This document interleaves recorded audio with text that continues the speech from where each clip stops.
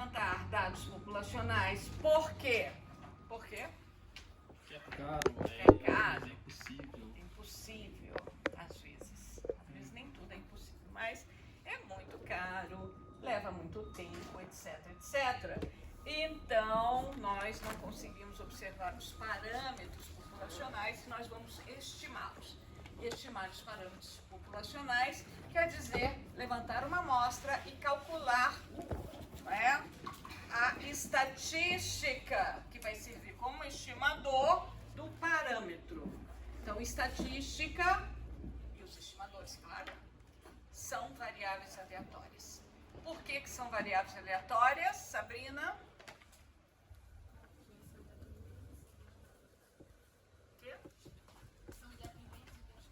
Não, por que são variáveis aleatórias as estatísticas ou estimadores? Que são valores que variam. Tem uma variabilidade, depende da amostra selecionada. Então, eu não sei a priori qual vai ser o valor daquele estimador. Qual vai ser o valor do estimador na particular amostra? Não sei. Mas eu posso saber quais são os possíveis valores daquele estimador. E será muito bom saber também qual a sua distribuição amostral. O que é a distribuição amostral de uma estatística? Luciano?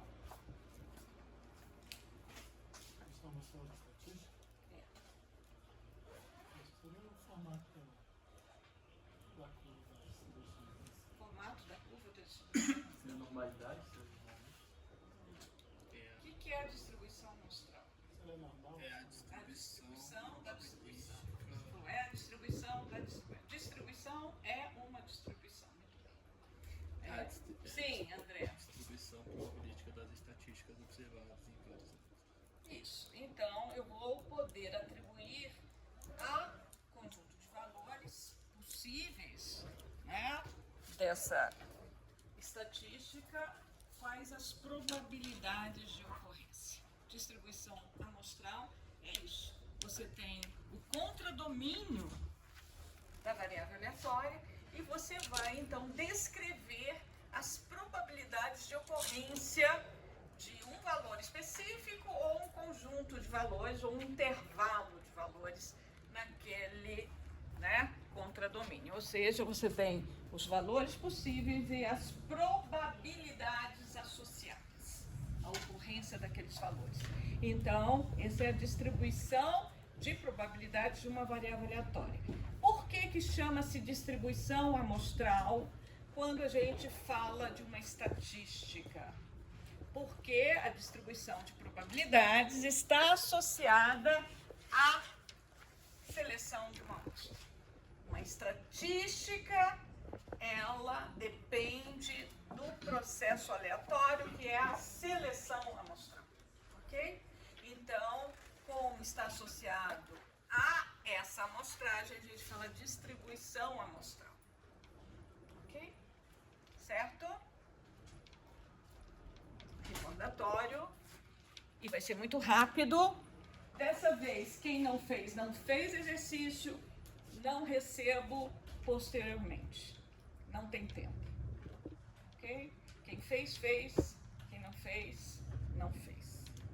Adiei um dia, aumentei o prazo que eu ajudei. Incluir um dia de fim de semana. Pois é, lembrei disso. Eu falei para aqueles que trabalham, sempre vocês me chamem a atenção. Para incluir pelo menos um dia de fim de semana. Ok? Para aqueles que trabalham. Para os que não trabalham, eu fico esperando antes. Vou contar. Trabalhar. Como se eu tivesse tempo para isso. Muito bem.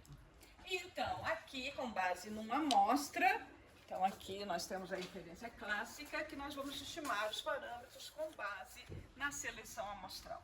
Então, aqui eu vou, então, selecionar uma amostra, calcular o valor da estatística, esse valor é chamado estimativa, então eu vou poder, né, falar o valor ou fazer uma inferência proporcional a partir, né, do estimador que eu consigo calcular com dados amostrais. Então, com base na distribuição amostral da estatística, eu vou obter o erro amostral. Porque o erro amostral nesse erro amostral, eu vou ter a variabilidade da minha estatística e também eu vou ter um elemento que vai representar o modelo probabilístico que descreve, né, essa minha estatística. Então, a gente sabe, por exemplo, que x barra é descrito por que modelo probabilístico?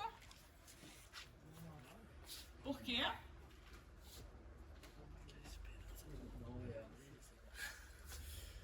Por quê? Por causa do teorema do limite central, nós podemos afirmar que x barra é descrito por uma normal. Se x é normal, x barra certamente será normal. Se x não é normal, x barra será aproximadamente normal, e quem garante isso é o teorema do limite central, ok? Então, isso com certeza. P-chapéu, qual é o modelo probabilístico que descreve P-chapéu? É o modelo binomial. Então, a distribuição exata de P-chapéu é binomial. A distribuição aproximada de P-chapéu, como P-chapéu é uma particular média, né, de valores 0 e 1, então P-chapéu, também como uma média, terá uma distribuição aproximada normal. E em métodos 1, nós trabalhamos como se fossem... Quanto tempo você está nessa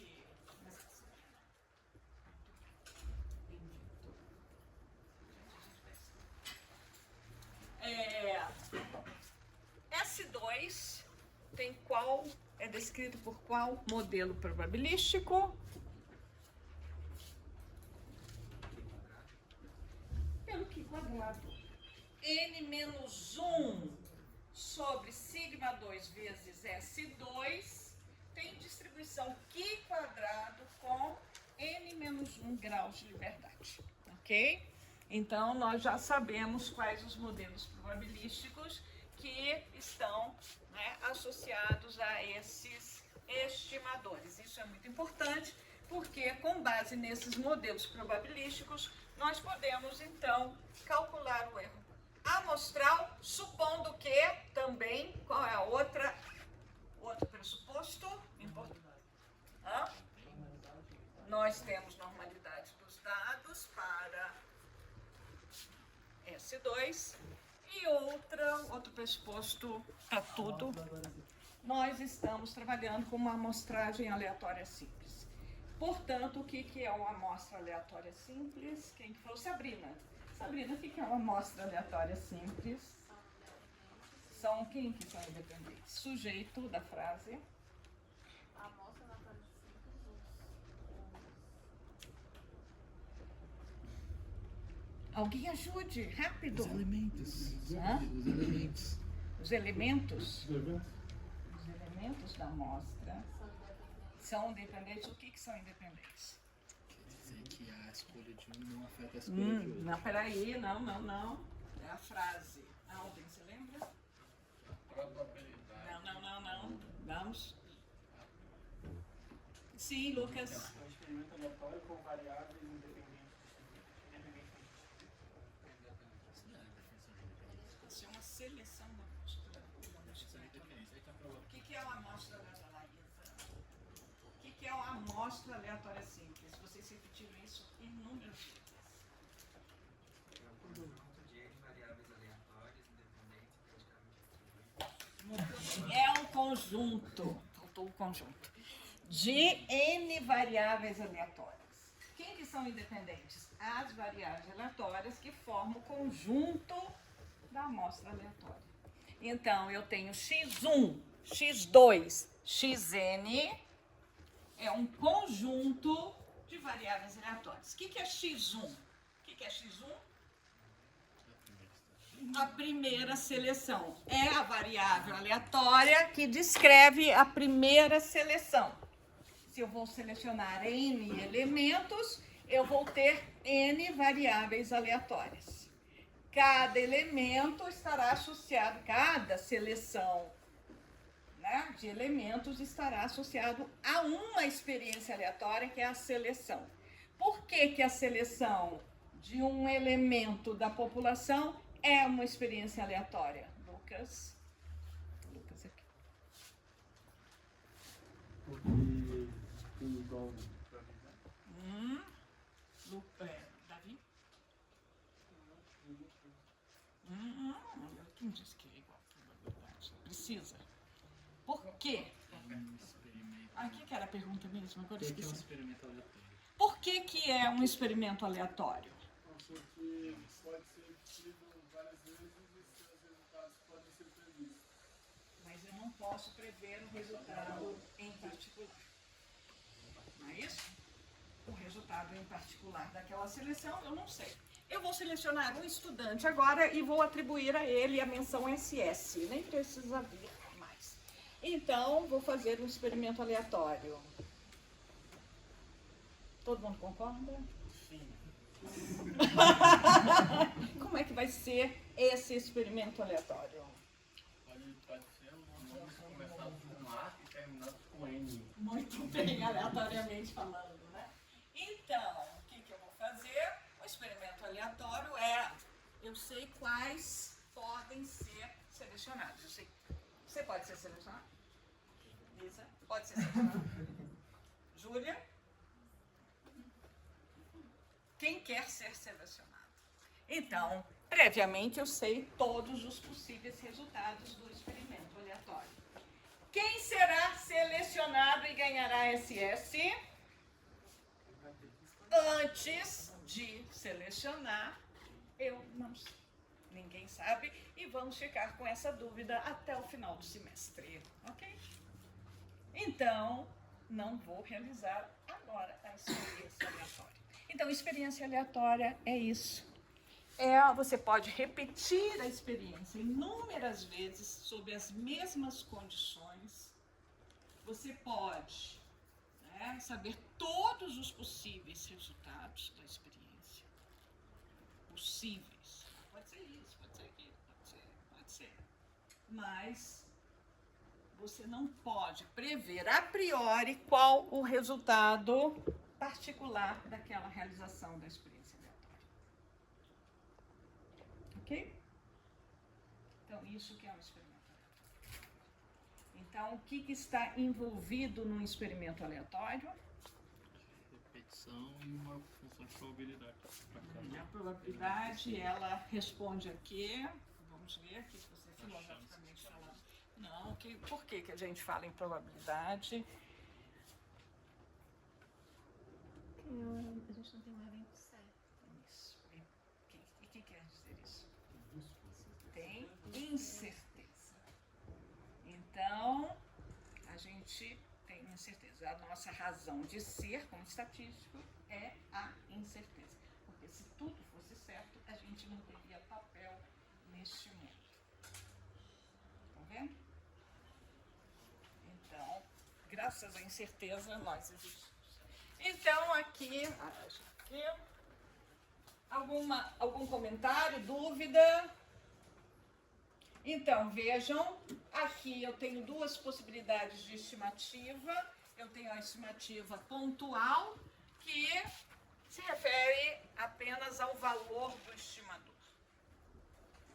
Exemplo, calcula a média, idade média dos alunos da Universidade de Brasília, 21,2 anos. Em média, o aluno tem 21,2. Essa é uma estimativa pontual. Estimativa intervalar agrega o erro, mais ou menos o erro amostrado.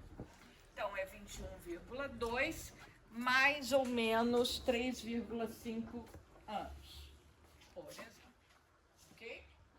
Então, você sabe que tem uma variação, certo?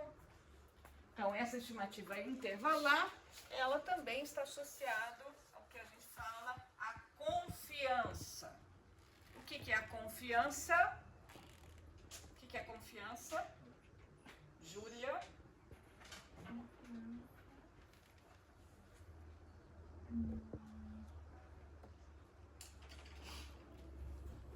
É o que a gente acredita, onde pode estar o estimador. É a precisão que eu coloco. Não, confiança é confiança, precisão é precisão. Sim, André. Um certo intervalo que a gente tem, está quase certo que está lá. Confiança é o que? Exatamente. É probabilidade. Confiança é probabilidade. Lembrando sempre, uma confiança é a probabilidade de que o intervalo que eu estimei contenha o verdadeiro valor do parâmetro. Então, eu tenho uma confiança de 95%. O que quer dizer isso? Que a probabilidade daquele intervalo construído, limite inferior e limite superior, probabilidade de aquele intervalo contenha o valor verdadeiro do parâmetro. Ok? Então, isso que é confiança. Lembrar que confiança é probabilidade. Ok?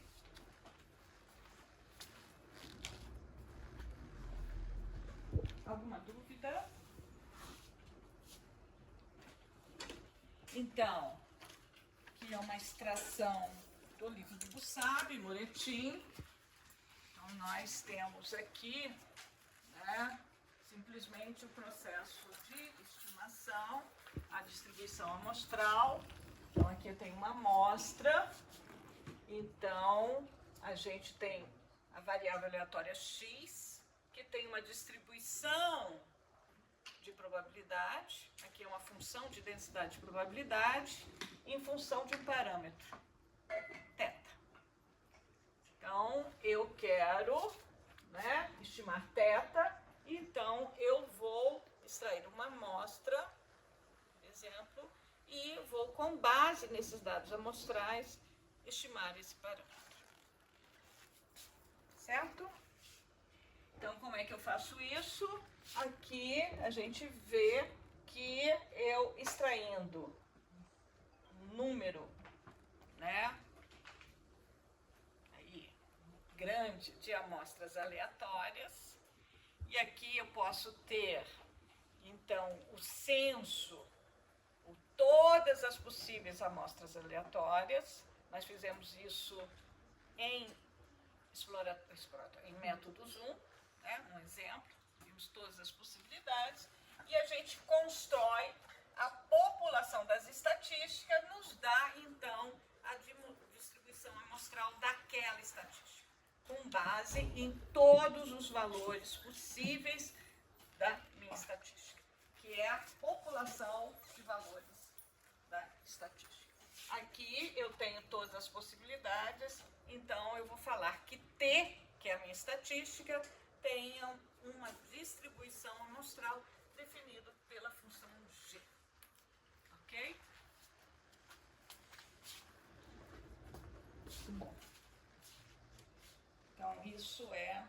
E aqui o intervalo de confiança, acabamos de falar. O que é a confiança? É a probabilidade. E eu posso, então, vocês estão vendo aqui, que eu estou com o intervalo de confiança para mi, com um grau de confiança de 95% e sigma 2 conhecida. Quando sigma 2 conhecida, o modelo que descreve, então,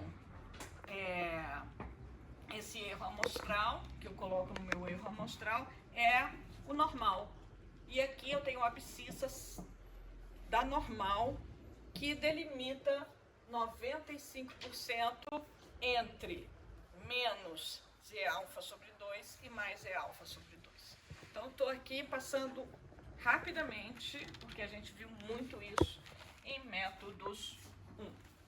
E esses são os diversos intervalos que podem ser construídos a partir das diversas amostras. Então, o que é 95% de confiança? É que entre todos os possíveis intervalos que podem ser construídos a partir das amostras, de todas as possíveis amostras, 95% deles vai conter o valor verdadeiro do parâmetro que eu quero estimar. Aqui é μ.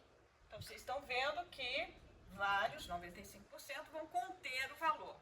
Alguns, que são 5%, não vão conter o valor. Então, pode ser que sua amostra, e depois você construa o intervalo de confiança, não contenha o valor verdadeiro de μ. Pode. Você saberá? O bom é isso. Você erra e nem sabe. Você sempre tem que saber que você poderá errar. Qual é a probabilidade de errar? É 5%, que é o alfa, né? O significância é do teste, mas aqui é o alfa que vai ser a probabilidade de errar. Qual é a probabilidade de acertar? 1 menos alfa, que é a sua confiança. Então, você sempre pensa, como Deus é pai, não é padrasto, não vai deixar que eu escolha uma amostra dos 5%. Vou escolher dos 95%. Não é verdade? Isso é a nossa crença. E a gente segue feliz, sem culpa. De repente, dá tudo errado e você... Ups, foi. A amostra foi uma daquelas, dos 5%. Mas o estatístico sabe que o erro é possível. E foi anunciado. É muito pouco provável.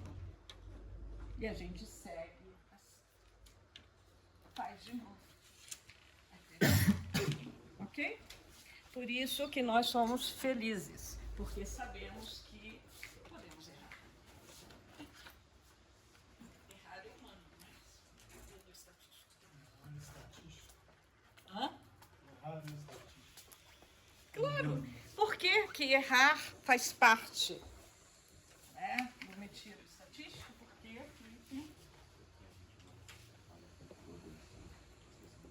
excelente resposta. Nós não trabalhamos com eventos certos, nós temos a incerteza no nosso DNA. E a incerteza é o motor, né, da esperança, da felicidade. Nós somos felizes porque a gente acredita que o Flamengo irá ganhar. Então, quem que não vai cair? Quem aqui tá para cair? Corinthians! O Corinthians! Quem é corintiano aqui? Oh, meu Deus! O Corinthians não vai cair. Já caiu? Ainda não, né? Mas muito. Então é isso.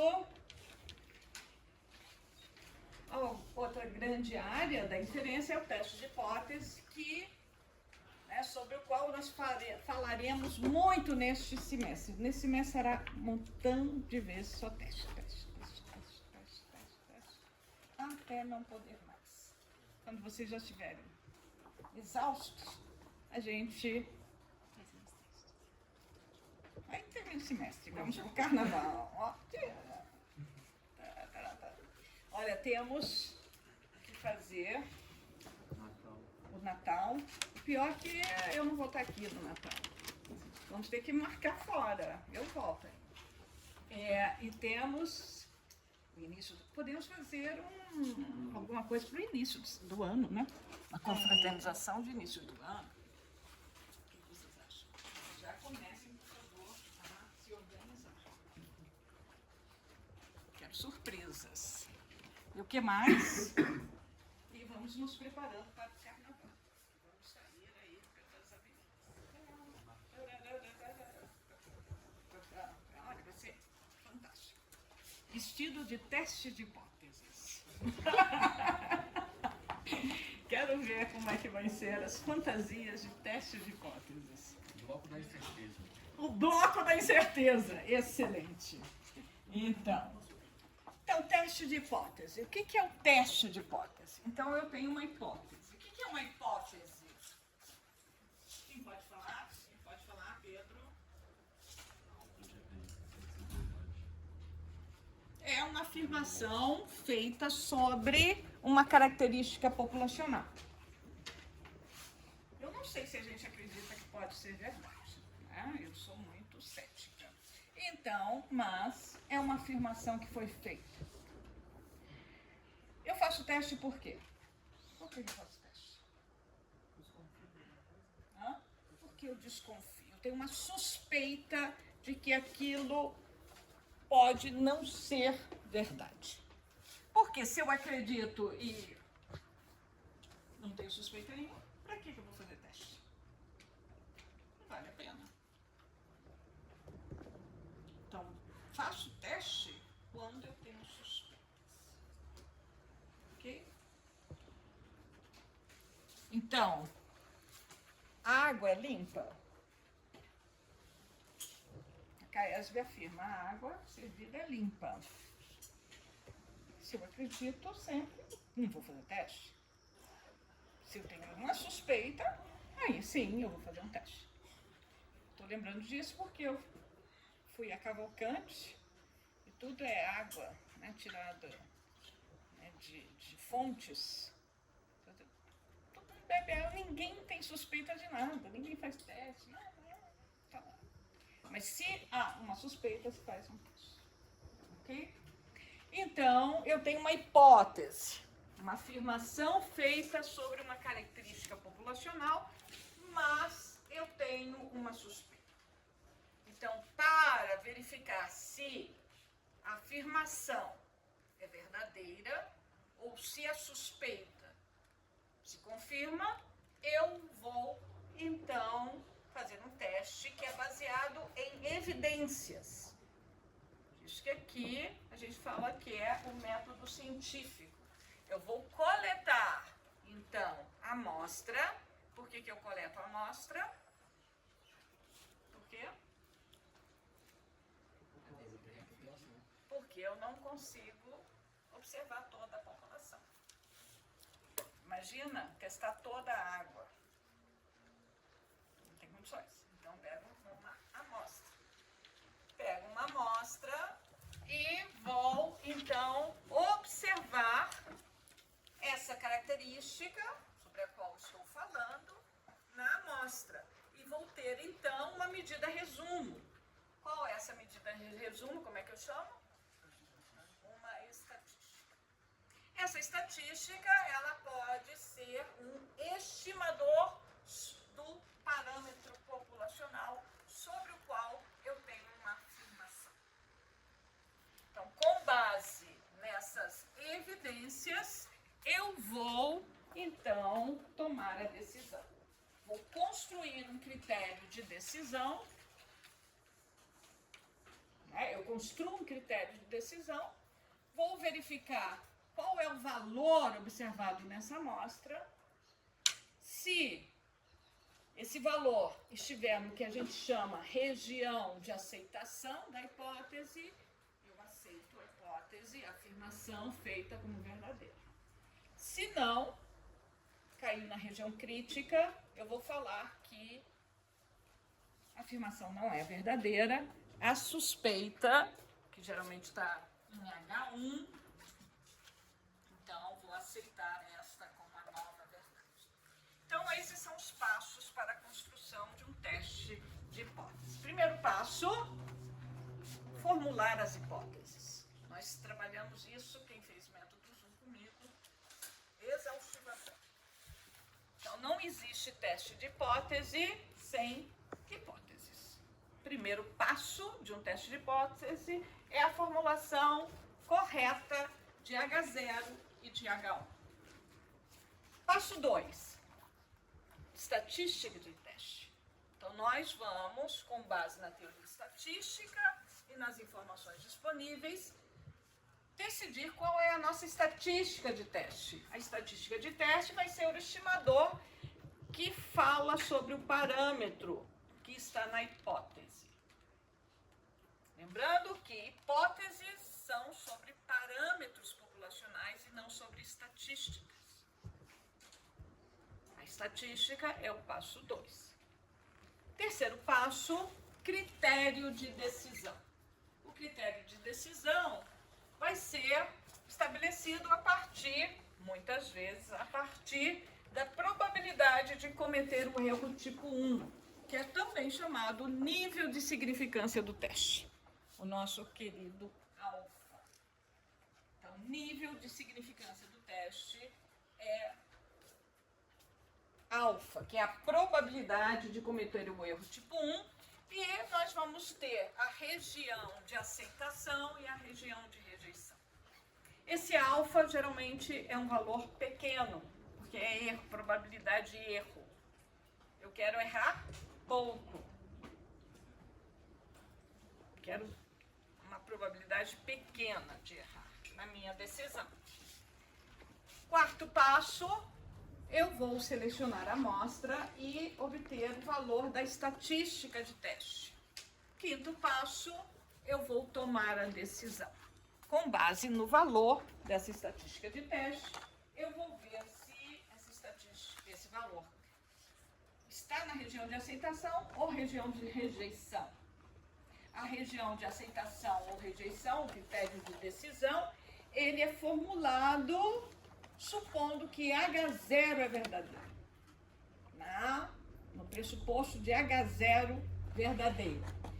E então eu vou poder também, no passo 5, calcular o que a gente chama de p-valor. O que é o p-valor? Quem pode me falar o que é o p-valor?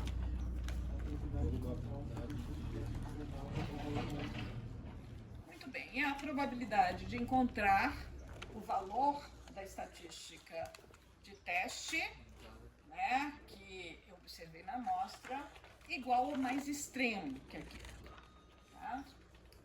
Sob H0 verdadeiro. Na hipótese de que H0 é verdadeiro. Alguma dúvida? Foi muito rápido?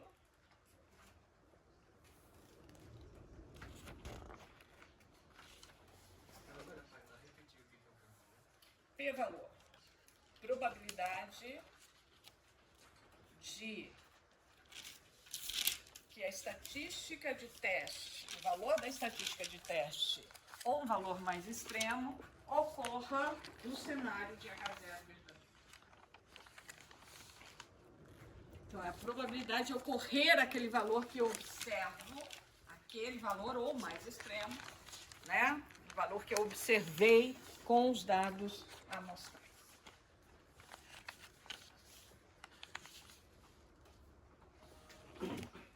Quase está dando a hora para buscar o café. Quem vai buscar o café? Pode ir. Fale com Iracema. Tá? Lá na Copa.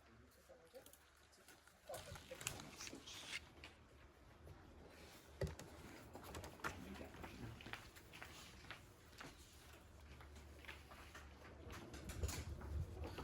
Então, vamos fazer um exercício de hipóteses. Formulando hipóteses. Um novo método de ensino-aprendizagem está sendo testado para verificar se é mais eficiente que o antigo. Escreva, por favor, as hipóteses desse teste. Quais seriam as hipóteses?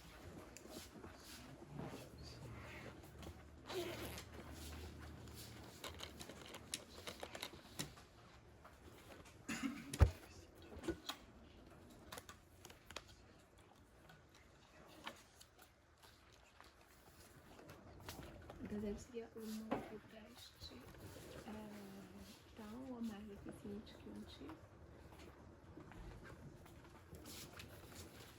Então, hipótese H, 0. O que a gente pode colocar como hipótese? São igualmente eficientes. Então, o novo, tá certo? É igual ao antigo. Então, o que eu estou medindo aqui? O que eu vou medir, né? Para ver se é mais eficiente. O que significa eficiente pode ser uma métrica qualquer. Pode ser nota média, pode ser proporção de alunos que atinge e tal, pode ser variância menor,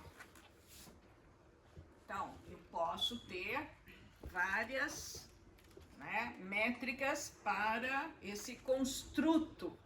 Estão vendo? Construto é, né, uma variável latente que eu não observo diretamente, mas eu estou falando eficiente. Eu posso ter indicadores dessa eficiência medidas de diferentes maneiras. Então, essa métrica, que eu não estou definindo aqui, porque não importa agora, vai comparar o novo com o antigo. Hipótese H0 é que não há diferença. São iguais. Os dois métodos são iguais. E, como suspeita, é que o novo é diferente. Aqui, vai ver se é mais eficiente. Então, mais eficiente quer dizer que um é mais que o outro. Pode ser a eficiência ser medida com menos variabilidade, maior média, maior proporção. Então, aqui, por exemplo, pode ser que o novo seja maior que o antigo, em termos de média. Certo? Então, hipótese. Formulei hipótese. Então, teoricamente, aqui eu posso pôr um menor ou igual, para ser complementares. Mas eu posso pôr igual também, sem nenhum prejuízo. Ok? Algum comentário? Aí, no caso, a desconfiança é que o mesmo é melhor. Né? O que eu desconfio, eu vou colocar no H1, porque a ideia é... A suspeita é Minha sempre... suspeita no sentido de não confirmar H0. Isso. Derrubar H0.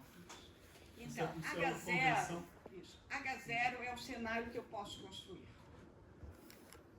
Então, se eu posso construir aquele cenário, eu vou pôr em H0 e a suspeita coloca em H1.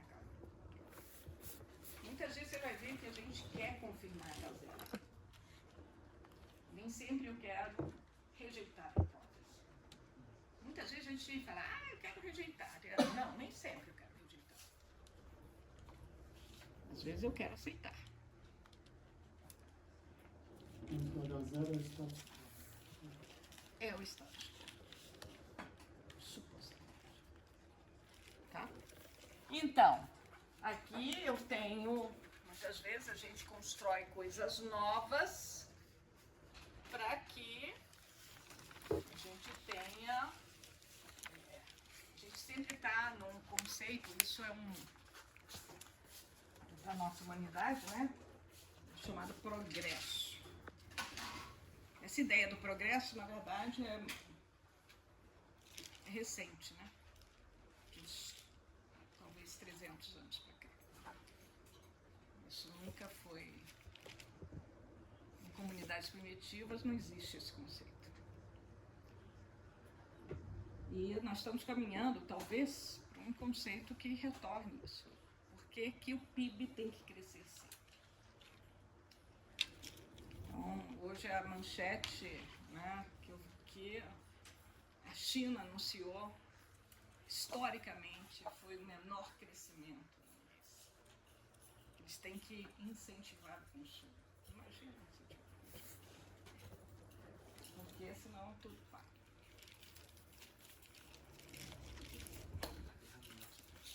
Muito bem. Você foi muito rápido, Felipe. Obrigado, só por Não foi muito rápido. Merece um prêmio, assim. Muito bem.